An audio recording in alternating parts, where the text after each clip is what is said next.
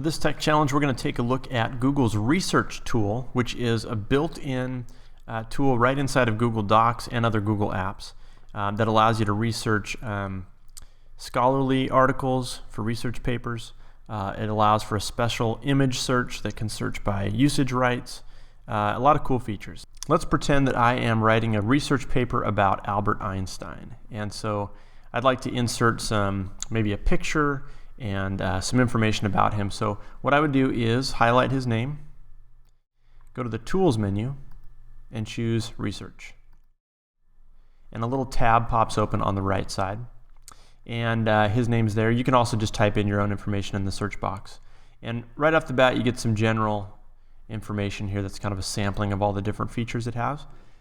If you pull down this capital G, you can choose to narrow your search to certain items.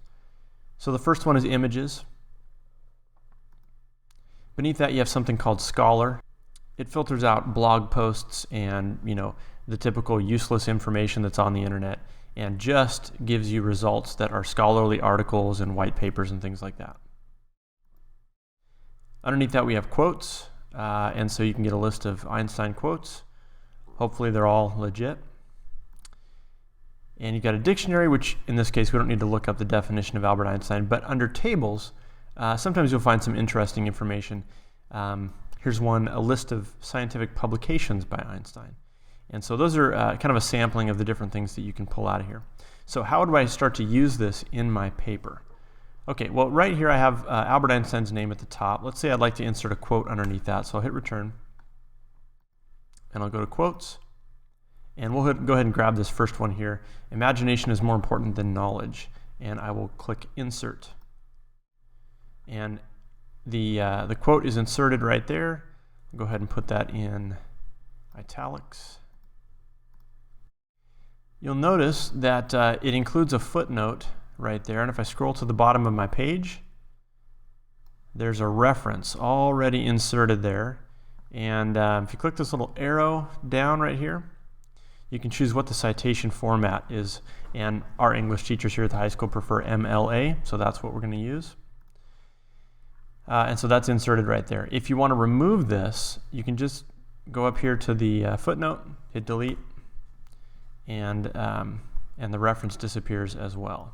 I'm going to leave it in there because we're going to add some things to that. Okay, let's say below, between his name and the quote there, I'd like to have a picture. So let's go back up here and change it to images. And something you really want to emphasize with your students, that especially when you're outside of the classroom and you're working with images on the internet, you got to be very careful about who actually owns the image. And almost certainly it's not you, so you got to be careful that you're using an image that the author or the creator has given permission for us to use. So again, with this little arrow that's underneath the search bar, click on that. And when you're on images, you have the ability to change this to free to use, share, or modify, even commercially. So by default, it starts at not filtered by license. So that gives you all kinds of stuff that's out there. But we're not certain that these are okay to use. If I change this to free to use, then we can be at least reasonably sure we've done our due diligence to find images that aren't copyrighted and they're in the public domain at some level. So I'll take this picture here and I'll drag it out and drop it right there. Okay, and again, we get a footnote here and a reference to where that image came from. At this point in the paper, I'm referencing Einstein's theory of relativity. And so I would like to insert a citation that's from the report. So let's go up here back to our research tab and click down to Scholar. And so these are scholarly articles and papers either about Einstein or written by Einstein. And you can see right down here, here's Einstein Albert, Relativity, the Special and General Theory, published in 1920. And so what I can do there is click Insert. Let me put my cursor right after the word time there. And I'll click Insert. Again, this little tab here controls what your citation format is. So you have MLA, APA, and Chicago. We'll stick with MLA. I mouse over this and I'll click Insert, and there is a reference to that report, and so I can put that in parentheses there. and it's cited in the report. The other option, of course, is to, let's go ahead and undo that, is to insert a citation as a footnote. And we just get the number 3 there, and then down at the bottom, there's the reference. So you have 2 options for how to insert references to those articles. All right, so let's. I want to demonstrate how searching tables can work. I don't have a good example for Albert Einstein, but let's say for some reason I needed to have a table about snowfall at Mount Baker, and that was going to be in the report. So here's what I could do. I'm on the tables section of the research tab, and I'll type in Mount Baker snowfall. And we get some tables here. Let's say that I like the Mount Baker ski area snowfall statistics for 2015, 2016.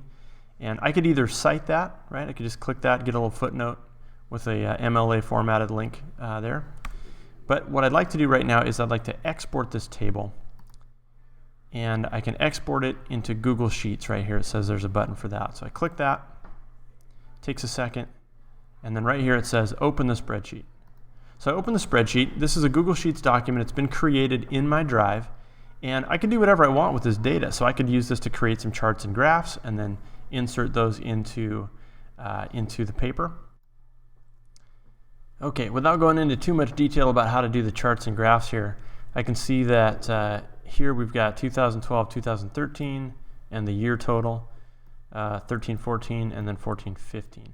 So I can just highlight these guys and click the chart button and make a nice little column chart here and customize it with some labels.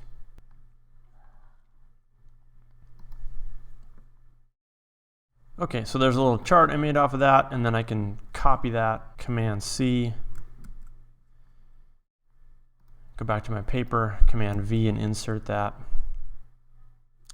And it dropped down to the next page here, so I'll shrink it a little bit. And there's a chart that I just generated off of a table that we found in the Research tab. So those are the tools that you have at your disposal in the Research tab. Really useful for students to be able to pull in and cite information staying within Docs without having to go out to a web browser. Very handy, very useful. That is the research tool inside of Google Docs. It's also available in the other Google apps as well.